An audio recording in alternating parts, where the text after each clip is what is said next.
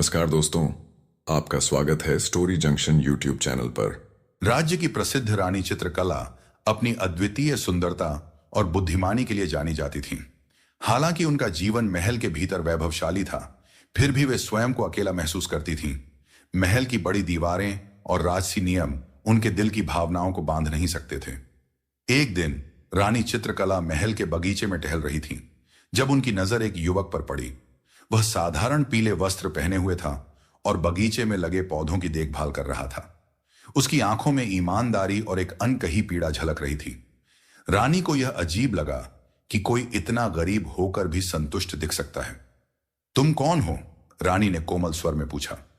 युवक ने विनम्रता से सिर झुकाया और कहा, मेरा नाम आदित्य है महारानी। मैं एक साधारण किसान का बेटा हूं। महल के बगीचे में काम करता हूं ताकि अपने परिवार का पेट भर सकूं। रानी ने आदित्य के साहस और मेहनत को सराहा। धीरे धीरे उनके बीच बातचीत बढ़ने लगी। हर दिन रानी उससे मिलने लगी और आदित्य की सादगी व सच्चाई ने उनके हृदय को छू लिया। रानी चित्रकला और आदित्य के बीच की नजदीकियां धीरे धीरे और गहरी होती गईं। महल के बगीचे में फूलों के बीच वे अक्सर मिलते, बातें करते और जीवन के सपनों को साझा करते। चित्रकला को आदित्य की सादगी और ईमानदारी में वह सच्चाई दिखी जो महल के दरबारियों में नहीं थी। आदित्य भी रानी के सौंदर्य और करुणा से मंत्रमुग्ध था, लेकिन वह जानता था कि यह प्रेम आसान नहीं होगा। एक दिन महल के एक मंत्री ने रानी को बगीचे में आदित्य से बातें करते देख लिया। जल्द ही यह खबर पूरे दरबार में फैल गई। राजा के विश्वस्त मंत्रियों को यह बात नागवार गुजरी। रानी, आपको एक साधारण युवक से इतनी घनिष्ठता नहीं रखनी चाहिए। यह राजघराने की मर्यादा के विरुद्ध है, एक मंत्री ने क्रोधित स्वर में कहा। चित्रकला ने शांत स्वर में उत्तर दिया, क्या प्रेम में ऊंच नीच देखी जाती है? क्या कोई व्यक्ति सिर्फ इसलिए प्रेम के योग्य नहीं होता क्योंकि वह गरीब है? मंत्री चुप हो गए, लेकिन उनके मन में संदेह बना रहा। उन्होंने राजा को इस बारे में बताने का निर्णय लिया। इधर रानी और आदित्य की मुलाकातें अब छुपकर होने लगी। रानी के मन में संघर्ष था, क्या वह अपने हृदय की सुने या राजधर्म की? आदित्य भी अपने स्थान को लेकर चिंतित था। एक रात जब महल में सभी सो रहे थे, चित्रकला ने आदित्य को बुलाया। चांदनी रात में बगीचे के पास खड़े होकर उन्होंने एक दूसरे की आंखों में झांका। अगर तुम्हें जाने को कहा गया तो? रानी ने धीरे से पूछा। आदित्य ने मुस्कुराकर कहा, अगर तुमने मुझे रोक लिया तो कहीं नहीं जाऊंगा, लेकिन अगर तुम्हारे लिए मेरा जाना ही सही है तो मैं चला जाऊंगा। रानी की आंखों में नमी थी। वे जानती थीं कि जल्द ही कोई बड़ा निर्णय लेना पड़ेगा। रानी चित्रकला और आदित्य की मुलाकातें अब छिपकर होने लगीं, लेकिन महल के सख्त नियमों के बीच यह आसान नहीं था। राजा को यह खबर मिल चुकी थी कि रानी किसी साधारण युवक से घनिष्ठता बढ़ा रही है। दरबार में यह चर्चा तेज हो गई थी कि एक रानी का प्रेम किसी गरीब किसान से कैसे हो सकता है। एक दिन राजा ने चित्रकला को अपने दरबार में बुलाया। दरबारियों की भरी सभा में उन्होंने पूछा, चित्रकला, यह जो अफवाहें हैं क्या वे सच हैं? रानी ने निडर होकर उत्तर दिया, यदि प्रेम को अफवाह कहा जाए तो हां, यह सच है। राजा और दरबारी आश्चर्यचकित रह गए। किसी ने नहीं सोचा था कि चित्रकला अपने प्रेम को स्वीकार करेंगी, लेकिन यह स्वीकारोक्ति आसान नहीं थी। राजा के लिए यह प्रश्न प्रतिष्ठा का था और दरबारियों के लिए परंपराओं का। उधर आदित्य को इस बात की सूचना मिली कि महल में उनके बारे में निर्णय लिया जा रहा है। वह जानता था कि अब या तो उसे दंड मिलेगा या रानी से हमेशा के लिए दूर होना पड़ेगा, लेकिन वह डर कर भागना नहीं चाहता था। रात के सन्नाटे में जब महल सो रहा था, चित्रकला छिपकर बगीचे में आई, जहां आदित्य पहले से ही उनका इंतजार कर रहा था। तुम्हें यहां से जाना होगा आदित्य, रानी ने धीमे स्वर में कहा। आदित्य ने गहरी सांस ली। अगर तुम्हें लगता है कि यही सही है तो मैं चला जाऊंगा, लेकिन क्या तुम सच में चाहती हो कि मैं चला जाऊं? चित्रकला चुप थी। उनकी आंखों में प्रेम था, लेकिन साथ ही एक अजीब सा भय भी। रानी चित्रकला की आंखों में अनकहे शब्द थे। आदित्य उनका उत्तर सुनने को उत्सुक था, लेकिन रानी के होंठ सिले हुए थे। महल के नियम, राजधर्म और समाज, इन सब की बेड़ियां उन्हें रोक रही थीं। आदित्य ने धीरे से कहा, अगर मेरे चले जाने से तुम्हें शांति मिलेगी तो मैं चला जाऊंगा, लेकिन अगर तुम्हारा दिल कहता है कि मुझे रुकना चाहिए तो मैं हमेशा तुम्हारे साथ रहूंगा। रानी ने उसकी आंखों में देखा। वहां कोई लोभ नहीं था, कोई स्वार्थ नहीं था, केवल सच्चा प्रेम था। लेकिन प्रेम की इस परीक्षा का अंत कहां होगा, यह कोई नहीं जानता था। अचानक महल के पहरेदारों के कदमों की आहट सुनाई दी। किसी ने राजा को खबर दे दी थी कि रानी चित्रकला बगीचे में अकेली है। तुम्हें जाना होगा आदित्य, रानी ने तेजी से कहा। लेकिन आदित्य अडिग खड़ा रहा। मैं तुम्हें अकेला छोड़कर नहीं जा सकता चित्रकला। पहरेदार पास आ रहे थे और अब उनके पास समय बहुत कम था। बगीचे में चांदी फैली हुई थी, लेकिन माहौल में तनाव था। महल के पहरेदारों के कदम तेजी से बढ़ रहे थे। चित्रकला और आदित्य एक दूसरे को देख रहे थे। समय कम था, लेकिन उनकी आंखों में अनकही बातें थीं। अब क्या होगा, आदित्य ने धीरे से पूछा। रानी चित्रकला ने तेजी से इधर उधर देखा। अगर वे तुम्हें यहां देख लेंगे तो तुम्हें पकड़ लेंगे, आदित्य कुछ कहता। इससे पहले ही रानी ने उसका हाथ पकड़ा और बगीचे के घने वृक्षों की ओर खींच लिया। चुप रहो और जो मैं कहूं वही करो, रानी ने फुसफुसाकर कहा। आदित्य ने पहली बार रानी की आंखों में डर देखा। यह डर खुद के लिए नहीं था, यह डर उसके लिए था। पहरेदारों ने पूरे बगीचे को घेर लिया। रानी जी, आप यहां इतनी रात को अकेली क्या कर रही हैं? सेनापति ने पूछा। चित्रकला ने सहजता से उत्तर दिया। तुम्हें क्या लगता है मैं अपने ही महल के बगीचे में घूम भी नहीं सकती? सेनापति झिझक गया। हमने सुना था कि यहां कोई अजनबी छिपा है। रानी ने गहरी सांस ली और पूरी गंभीरता से कहा, अगर मैंने कहा कि यहां कोई नहीं है तो इसका मतलब है कि यहां कोई नहीं है। अब जाओ। सेनापति ने संदेह से इधर उधर देखा, फिर सिर झुकाकर पहरेदारों को वापस जाने का इशारा किया। आदित्य अभी भी वृक्षों के पीछे छिपा खड़ा था। उसकी धड़कनें तेज थीं। जैसे ही पहरेदार चले गए, चित्रकला तेजी से उसकी ओर बढ़ी। हमें जल्द ही कोई और रास्ता निकालना होगा, यह खेल ज्यादा समय तक नहीं चलेगा, रानी ने धीरे से कहा। आदित्य मुस्कुराया। जब तक तुम मेरे साथ हो मैं किसी भी परीक्षा के लिए तैयार हूं। लेकिन महल की दीवारें अब उनके प्रेम की गवाही देने लगी थी। किसी और की नजर भी उन पर पड़ चुकी थी और खतरा पहले से भी ज्यादा बढ़ गया था। महल के गलियारों में फुसफुसाहटें बढ़ने लगी थीं। पहरेदारों को संदेह हो चुका था कि रानी चित्रकला किसी को छुपा रही है। लेकिन इससे पहले कि कोई ठोस कदम उठाया जाता, एक नई मुसीबत सामने आ गई। राजा ने घोषणा की कि जल्द ही रानी के लिए एक नया विवाह प्रस्ताव आएगा। रानी यह सुनते ही स्तब्ध रह गई। दरबार में जब यह बात कही जा रही थी तो वे चुपचाप बैठी रहीं, लेकिन उनके मन में एक तूफान उठ चुका था। रात होते ही चित्रकला ने महल के गुप्त मार्ग से निकलकर आदित्य से मिलने का निश्चय किया। जैसे ही वे बगीचे में पहुंची, उन्होंने देखा कि आदित्य वहां पहले से ही उनका इंतजार कर रहा था। तुम्हें यह सब पता चल गया? रानी ने हल्की आवाज में पूछा। आदित्य ने सिर हिलाया। अगर राजा ने निर्णय ले लिया है तो अब क्या होगा? चित्रकला की आंखों में दृढ़ निश्चय था। मैं कोई ऐसा बंधन स्वीकार नहीं करूंगी जो मेरे हृदय के विरुद्ध हो, लेकिन हमें बहुत सावधान रहना होगा। आदित्य सोच में पड़ गया। अगर हमें साथ रहना है तो क्या हमें यह महल छोड़कर कहीं दूर नहीं चले जाना चाहिए? रानी ने गहरी सांस ली। महल छोड़ देना आसान नहीं होगा, लेकिन शायद यही एकमात्र रास्ता है। कौन है वहां? चित्रकला ने तेजी से पूछा। अंधेरे में से एक परछाई धीरे धीरे आगे बढ़ी। यह महल के ही एक सेनापति थे जिनका नाम वीरभद्र था। उनकी आंखों में आश्चर्य और संदेह दोनों थे। रानी जी, आप? वीरभद्र कुछ कहने ही वाले थे कि चित्रकला ने उन्हें रोक दिया। तुमने जो सुना वह तुम्हारे और मेरे बीच ही रहेगा, रानी की आवाज में आदेश था। वीरभद्र कुछ क्षण तक सोचते रहे, फिर धीरे से बोले, अगर आप सच में इस प्रेम को बचाना चाहती हैं तो जल्द निर्णय लीजिए। महल के अंदर बहुत सी आंखें और कान हैं। रानी और आदित्य ने एक दूसरे की ओर देखा। अब समय बहुत कम बचा था। वीरभद्र की चेतावनी के बाद चित्रकला और आदित्य की बेचैनी और बढ़ गई थी। अब यह साफ हो चुका था कि उनका प्रेम छिपा नहीं रह सकता। महल में हर किसी की निगाहें रानी पर थीं और राजा को भी जल्द ही यह खबर लगने वाली थी। रात के गहरे अंधेरे में जब पूरा महल सो रहा था, चित्रकला अपने कक्ष में बेचैनी से टहल रही थी।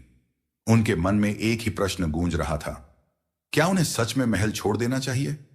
तभी अचानक उनकी खिड़की पर हल्की सी आहट हुई। जब उन्होंने पर्दा हटाकर देखा तो नीचे बगीचे में आदित्य खड़ा था। तुम यहां क्यों आए? चित्रकला ने फुसफुसाकर पूछा। आदित्य ने गंभीर स्वर में कहा, हमें अब और देर नहीं करनी चाहिए चित्रकला। अगर हमें साथ रहना है तो हमें इस महल से भागना होगा। चित्रकला जानती थी कि यह रास्ता आसान नहीं था, लेकिन उनके पास और कोई विकल्प भी नहीं था। उन्होंने तुरंत अपनी सबसे विश्वास पात्र दासी मीरा को बुलाया। मीरा, क्या तुम मेरी मदद करोगी? रानी ने धीरे से पूछा। मीरा ने बिना सोचे सिर हिला दिया। रानी जी, मैं हमेशा आपके साथ हूं, जो भी करना हो बताइए। चित्रकला ने एक गहरी सांस ली और बोली, हमें महल से बाहर निकलने का रास्ता चाहिए, बिना किसी को खबर हुए। रानी की आंखों में आशा की किरण जगी। लेकिन तभी महल के बाहर से अचानक शोर सुनाई दिया। सेनापति वीरभद्र तेजी से महल के मुख्य कक्ष की ओर बढ़ रहे थे। उनके साथ कई पहरेदार भी थे। रानी चित्रकला कहां हैं? वीरभद्र ने ऊंची आवाज में पूछा। महल में हड़कंप मच गया। चित्रकला को एहसास हुआ कि अब उनके पास बहुत कम समय बचा है। महल में अफरा तफरी मची हुई थी। पहरेदार चारों ओर दौड़ रहे थे और वीरभद्र के स्वर में गूंजती कठोरता ने माहौल को और गंभीर बना दिया था। रानी चित्रकला ने मीरा की ओर देखा, फिर तेजी से कहा, हमें अभी निकलना होगा। रानी ने गहरी सांस ली और मीरा के साथ गलियारों से होते हुए गुप्त सुरंग की ओर बढ़ने लगी। लेकिन हर कदम पर डर था। अगर कोई उन्हें पहचान लेता तो सब खत्म हो जाता। इधर आदित्य भी सतर्क था। वह महल के बाहरी हिस्से में उनका इंतजार कर रहा था। लेकिन जब उसने पहरेदारों को चौकसी बढ़ाते देखा तो वह बेचैन हो गया। अगर वे रानी तक पहुंच गए तो क्या होगा? उसके मन में यह प्रश्न कौंधा। वह छिपते छिपाते महल की दीवार के करीब पहुंचा, जहां सुरंग का गुप्त द्वार था। लेकिन तभी उसकी नजर वीरभद्र पर पड़ी, जो अपने सिपाहियों के साथ उसी ओर बढ़ रहे थे। अगर वे सुरंग तक पहुंचे तो रानी पकड़ी जाएंगी।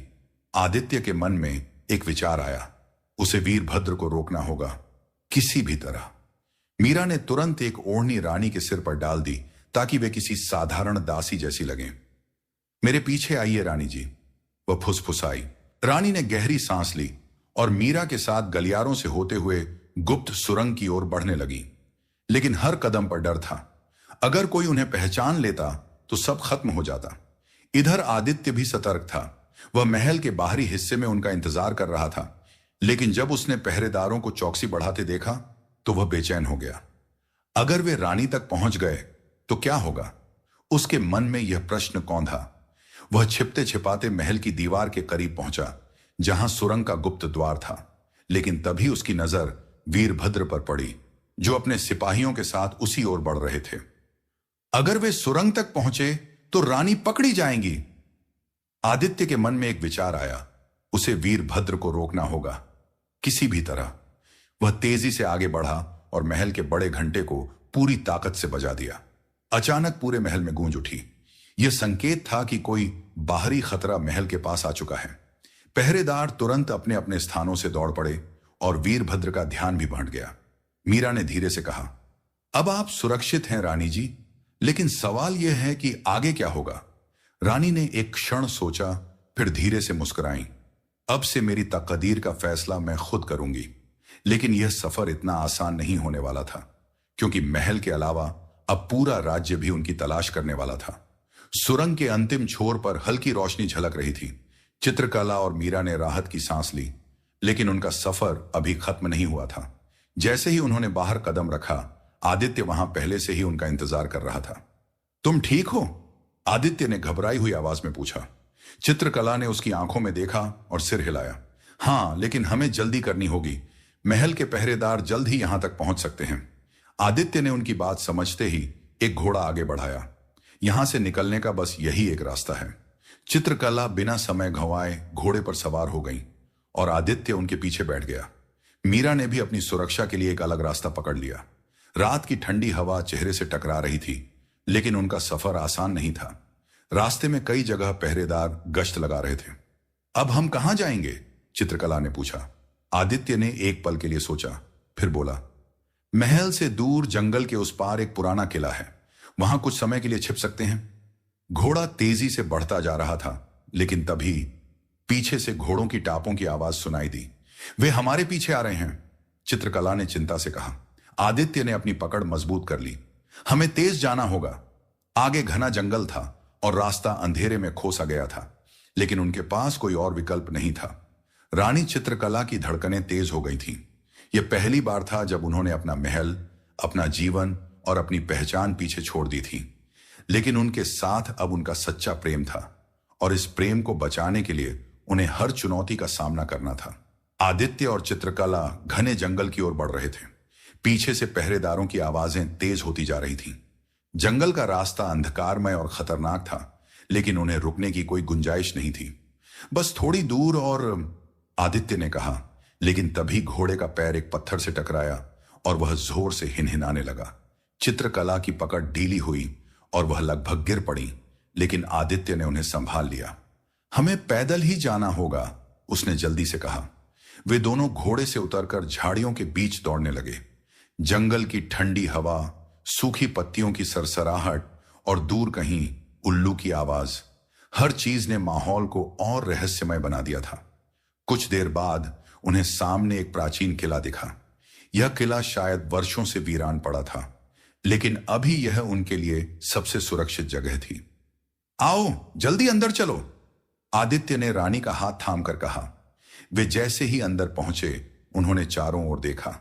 पुरानी टूटी दीवारें, जंग लगे लोहे के दरवाजे और घने पेड़ों से ढका यह किला एकदम सुनसान था। यहां कोई हमें नहीं खोज पाएगा, आदित्य ने राहत की सांस लेते हुए कहा। लेकिन चित्रकला की आंखों में चिंता थी। हम कब तक छिपे रहेंगे आदित्य? राजा हमें ढूंढने के लिए पूरा राज्य खंगाल देंगे। आदित्य ने उनकी ओर देखा। हम यहां से जल्दी निकल जाएंगे, किसी और जगह जहां हमें कोई न पहचान सके। चित्रकला ने गहरी सांस ली और कहा, अगर हम साथ हैं तो मैं किसी भी संघर्ष के लिए तैयार हूं। लेकिन उनके इस पल भर के सुकून के बीच उन्हें यह एहसास नहीं था कि कोई छिपकर उनकी हर हरकत देख रहा था। चित्रकला और आदित्य किले की ठंडी दीवारों के बीच कुछ पल आराम कर ही रहे थे कि अचानक पास की झाड़ियों में हलचल हुई। आदित्य ने तुरंत अपना खंजर निकाल लिया और सतर्क होकर खड़ा हो गया। कौन है वहां? उसने तेज आवाज में पूछा। झाड़ियों के पीछे से एक जाना पहचाना चेहरा सामने आया। मीरा, रानी जी जल्दी चलिए, महल के सैनिक इस ओर बढ़ रहे हैं, मीरा ने हांफते हुए कहा। चित्रकला ने घबराकर आदित्य की ओर देखा। हमें अब क्या करना चाहिए? आदित्य ने कुछ देर सोचा, फिर कहा, हमें यहां से बाहर निकलना होगा, लेकिन सीधे भागने से हम पकड़े जाएंगे। हमें किसी चालाकी से काम लेना होगा। किले के पिछले हिस्से में एक गुप्त सुरंग थी जो नदी की ओर जाती थी। मीरा को इस सुरंग के बारे में पता था क्योंकि वह बचपन में अपने पिता के साथ यहां आ चुकी थी। अगर हम इस रास्ते से जाएं तो महल के सैनिक हमें पकड़ नहीं पाएंगे, मीरा ने समझाया। बिना देर किए वे तीनों सुरंग में उतर गए। सुरंग अंधेरी और संकरी थी, लेकिन यह ही उनका एकमात्र रास्ता था। इधर वीरभद्र और उसके सैनिक किले तक पहुंच चुके थे। उन्होंने किले की तलाशी लेनी शुरू कर दी, लेकिन वहां कोई नहीं था।